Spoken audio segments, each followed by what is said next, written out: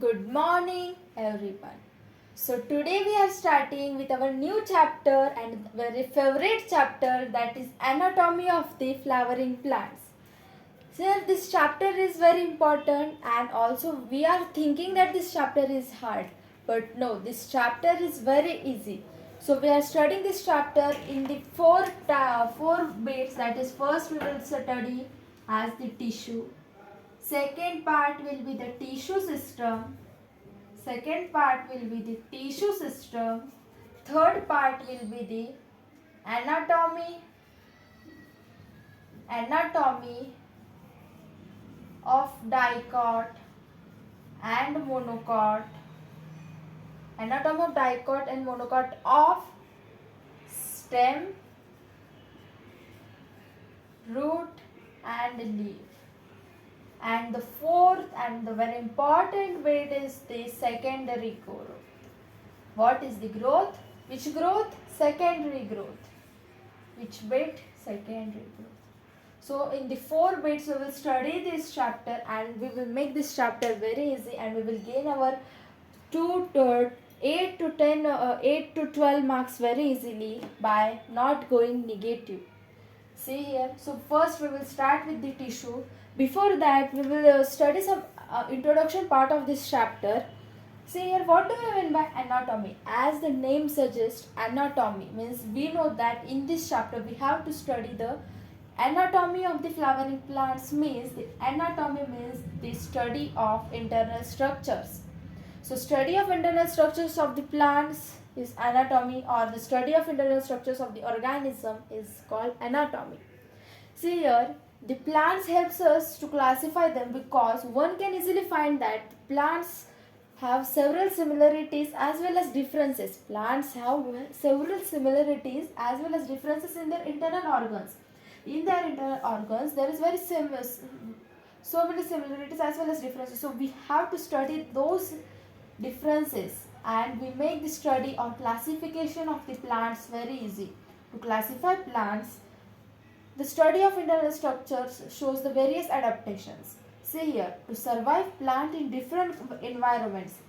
Different environments means sometimes there is the dry habit, and sometimes that is aquatic aquatic plants. So in dry habitat, the plant need to prevent loss of water, and in the aquatic condition they have to carry out the life processes like photosynthesis, respiration. So how these plants are doing? So all those things which we have the questions, we will start study, or we will take information in this chapter, that is the name suggests, anatomy of the flowering plants.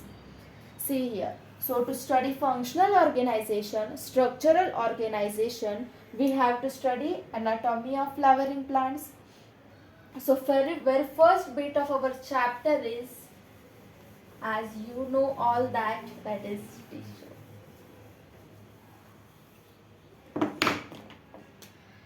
देखिए बेटा, tissues.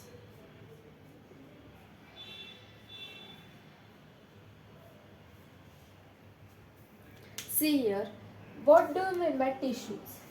हमें पता है tissues are the group of cells. Cells को group में study करने के बाद, सेल्स को ग्रुप में ज्वाइन करने के बाद जो मिलता है वो है tissues. So group of cells are the tissues.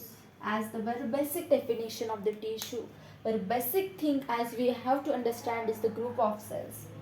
And different tissue arise as a result of interaction among the constituent cells. See here, these all tissues are so many, and these tissues are arise from the interaction. Very important, interaction. These tissues arise from interaction among the constituent cell. Interactions among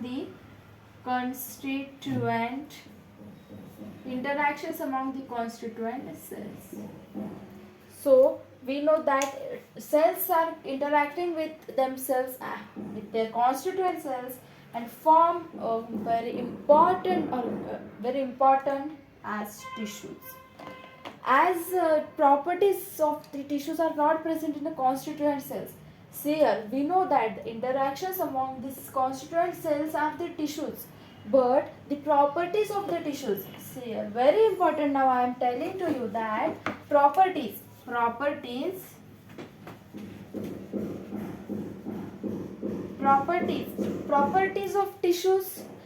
are not present in the constituent cells. If these are the constituent cells, the properties of the tissues are not present on these cells.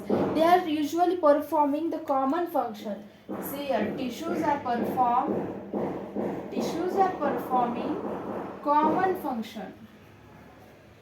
Tissues are performing common function.